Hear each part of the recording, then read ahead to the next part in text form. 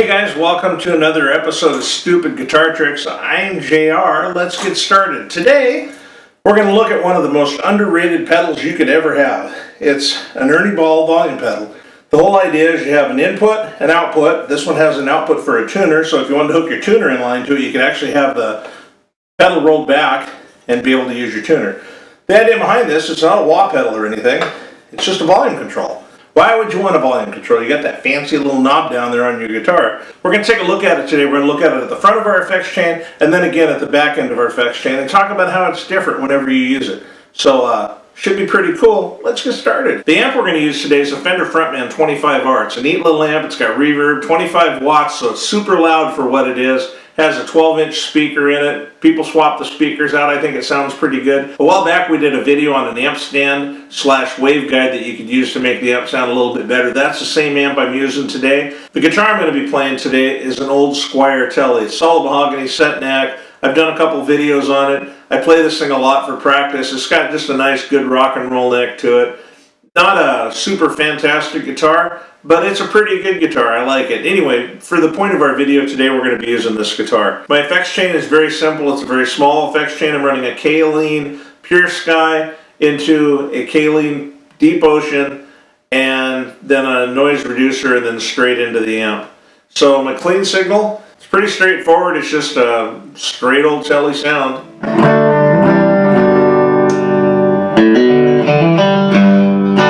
Okay, so the sound that we've got today is pretty normal. I've got a clean sound with a little bit of the delay on.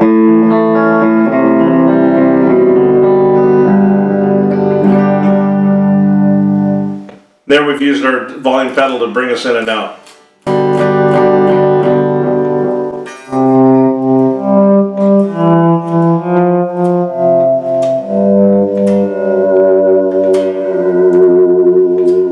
Here's the volume pedal just with the delay. So you can kind of use it to violin stuff.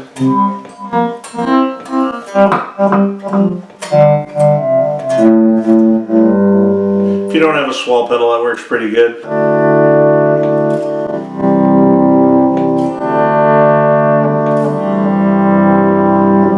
Let's see what happens when we put some distortion on it and we have the volume pedal at the beginning of the pedal chain. It gives us the ability to just kind of sneak up on our sound. Kind of get a mid-range sound if you want. Let it get a little heavier.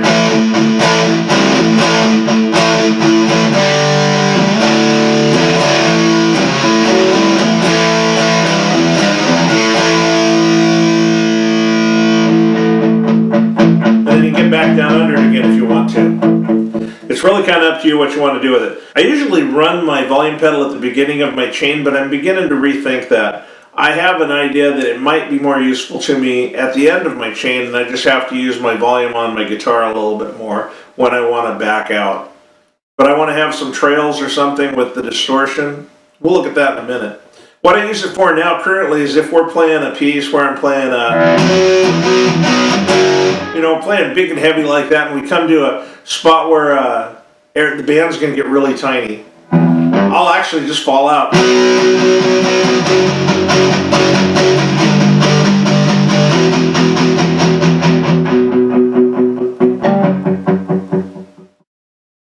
I can just feather myself right back out. And with the rest of the band playing, you don't hear me. I just kind of fade off into the distance. I suppose if you're playing clean, you could look at it exactly the same way. This is sort of a natural sound. If I back out with the volume pedal in front of my delay pedal, get a little bit of that delay in there still. Volume pedal is really nice for padding up under a vocal. So let's say we're playing just kind of a stupid metal riff and you want to come back, you want to be up kind of heavy and aggressive, and then you want to kind of come back down and let the vocalist sing, but you don't want to lose all your signal. This would work for you.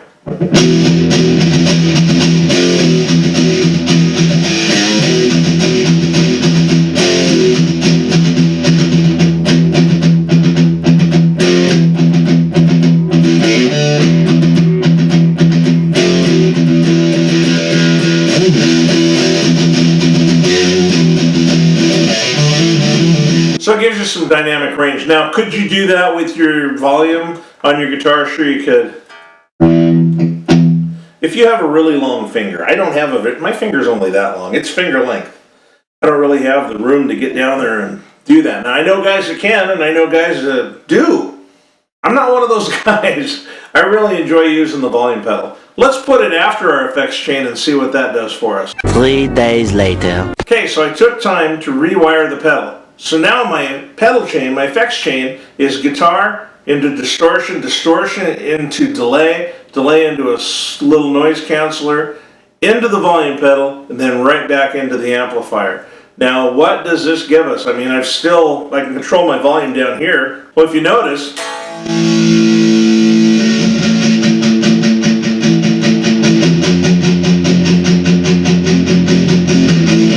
before, whenever we wanted to back off, we could back off and we could ease out of that distortion a little bit, so we had a less broken up signal. Now, with it downstream of the distortion, downstream of the delay, downstream of everything, we can actually control the whole signal as it comes through the effects chain. It's processed, and that's what we're controlling. So let's say I'm playing that piece we were playing earlier, and I want to go to a quiet spot where everybody else is playing and I'm backing out. So here we are, big.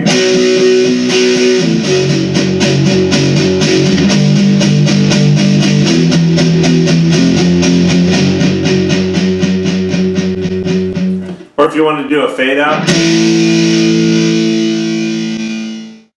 works pretty good for that. So it's a much more compressed sound on this end.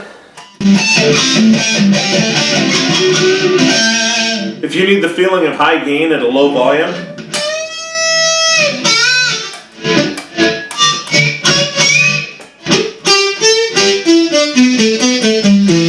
it gives you another option for violining. If you have a little bit of delay on, what does it do to your clean signal? It's kind of the same thing. It's like putting a volume between you and the board. However, your effects and all your processing is done upstream from it. So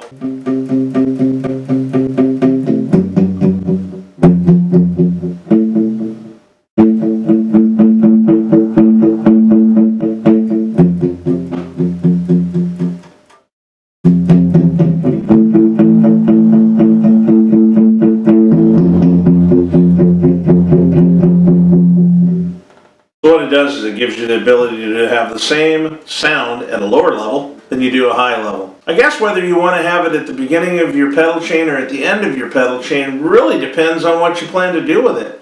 If you want to be able to use it to change your tone coming in, get a little bit of distortion, then lean up on it and get the big full-on distortion, put it on the front end. If you want to be able to fade out like a record or have a very tight compressed sound to it that you can diminish, then you want to have it down here. I mean, if you had two of them, I guess you could put one in the front, one in the back, and sort of ride herd on both of them. That'd be kind of cool. I mean, really, the best use for having it downstream would be to do something like a...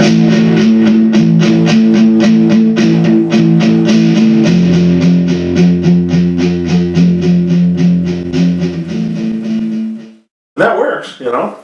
That's what you want to do. So there you go. That's what a volume pedal is, what it does. Man, I use it on stage all the time. I use it a lot. So I'm having to come in, come out, drop my signal real fast, come back up, and I would be way too busy and I'd probably mess something up over here if I was doing it with my hands, because I'm usually still playing when my volume changes are occurring and my dynamics are up and down and in and out. So how you want to use it's up to you. I think you get more use out of it on the front end of your pedal chain than on the back end, though I could certainly make a case for using it on the back end of the pedal chain.